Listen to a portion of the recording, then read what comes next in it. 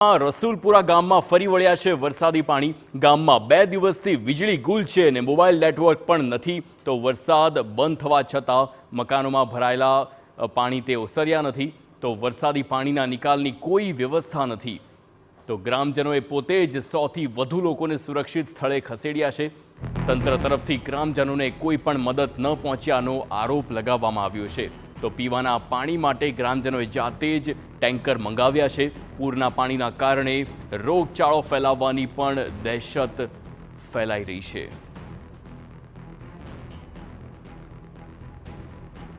સાણંદ તાલુકાના રસુલપુરા ગામે અત્યારે અમે પહોંચ્યા છીએ અને આ જે દ્રશ્યો છે દ્રશ્યો તમે જોઈ રહ્યા છો કે ગામમાં કઈ હદે પાણી છે અને ગામમાં લોકોની સ્થિતિ કેવી અત્યારે થઈ છે। લગભગ છેલ્લા 3 દિવસથી ગામમાં લાઇટ પણ નથી અને આ જ પ્રકારે અડધાથી વધારે ઘરો, આ તો ઊંચાઈવાળો ભાગ છે એટલે પાણી એટલા બધા નથી દેખાઈ રહ્યા। હજુ અમે તમને આગળના દ્રશ્યો બતાવવા માટે જઈ રહ્યા છે જેમાં લોકોના ઘરોમાં અડધા ઘર ડૂબી જાય ત્યાં સુધીના પાણી છે ને આ જે લોકો છે લોકો અહીંયા આ જ પ્રકારે જે છે એ પોતાનો સમય કાઢી રહ્યા છે।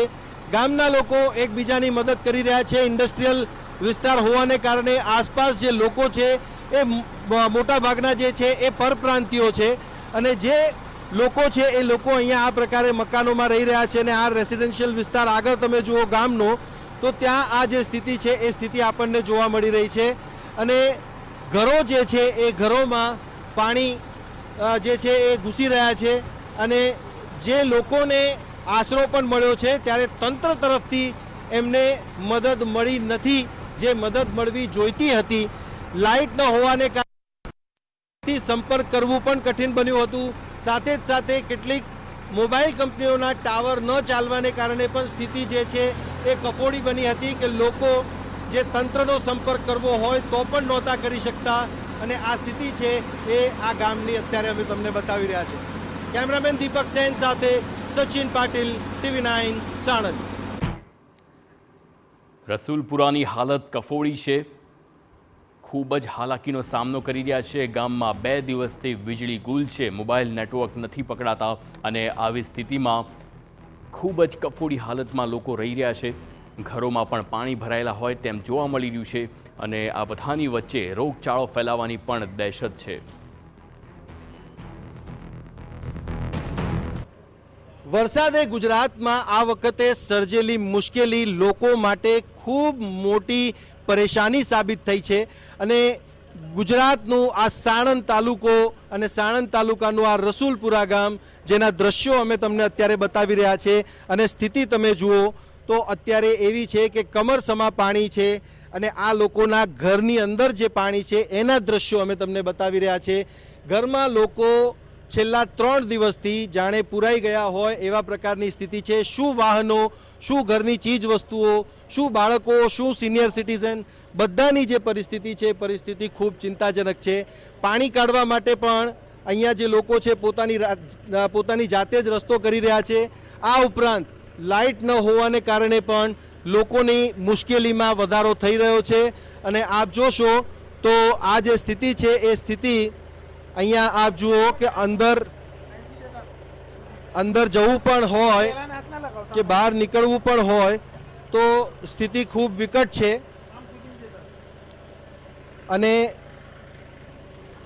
બાળકો હોય કે અન્ય કોઈ પણ વ્યક્તિઓ હોય એ પરિસ્થિતિ એવી છે કે કેવી રીતે આ પરિસ્થિતિમાં લોકોએ રહેવું। તો શું તમારે કેટલા સમયથી અહીંયા પાણી છે ને કેવી તકલીફ અહીંયા? લગભગ પાણી 6-7 દિવસ થયા, 5-6 દાડા તો થઈ ગયા। 3 દિવસથી લાઈટ નહીં, આ તો જનરેટર ને ટ્રેક્ટર છે તે ચાલે ને શું ચાલે। શું નામ છે તમારું? હબીબ ખાન અહેમદ ખાન। આના પહેલા ક્યારે તમે આવું પાણી જોયેલું છે? આ પાણી 8 વર્ષ પહેલા જહાજ હાલ કરાયું। તમે મને બોલાવો પણ મને ચક્કર આવતા।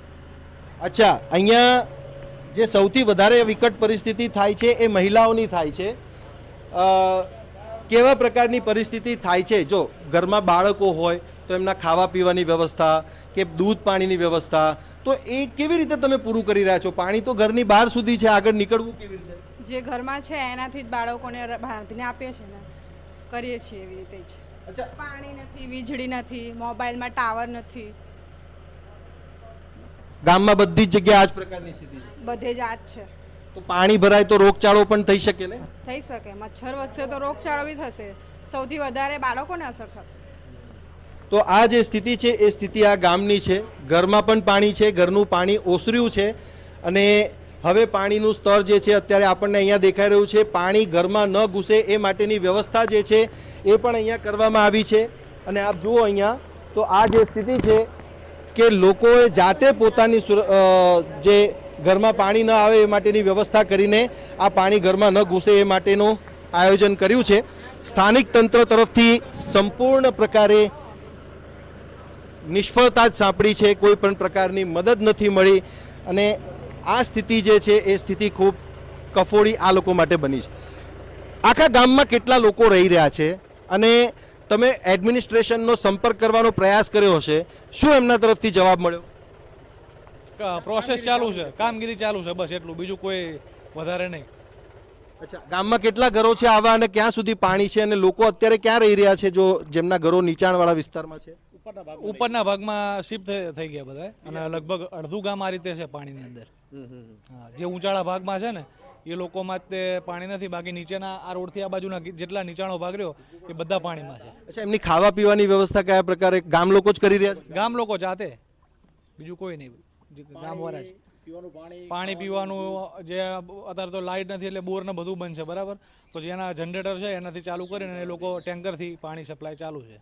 અચ્છા, ગામની વસ્તી લગભગ 3000 ઉપર હશે?